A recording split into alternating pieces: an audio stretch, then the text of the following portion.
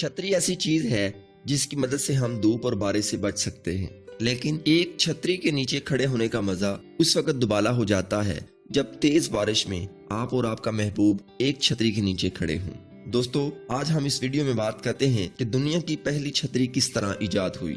چھتری کی ایجاد کا سہرا چین کو جاتا ہے۔ چھتری کے استعمال کا مقصد بارش یا دھوپ سے بچنا ہرگز نہیں تھا، بلکہ لوگ اس سے اپنے رتبے کو ظاہر کرتے تھے۔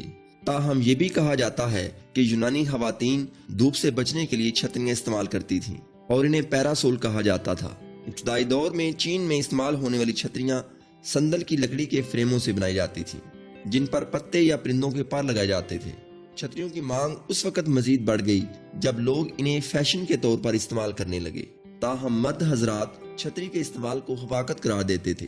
پھر 1750 میں برطانیہ کے ایک جوناس خانوے نامی شخص نے پہلی بار بارش سے بچاؤ کے لیے چھتری کا استعمال کیا۔ موسم چاہے کیسا ہی کیوں نہ ہو، وہ ہر وقت ہر جگہ اپنے ساتھ چھتری ضرور رکھتا تھا۔ شروع میں تو لوگوں نے اس کا بہت مذاق اڑایا، لیکن آخرکار پھر ان کی سوچ میں تبدیلی آئی۔ یوں برطانیہ کے باشندوں نے بارش سے بچنے کے لیے چھتری کا استعمال شروع کر دیا۔ یہ چھتریاں ہان ویز کہلاتی تھیں۔ آج کل کی طرز پر طے ہو جانے والی چھتری 1930 میں جرمنی میں ایجاد ہوئی۔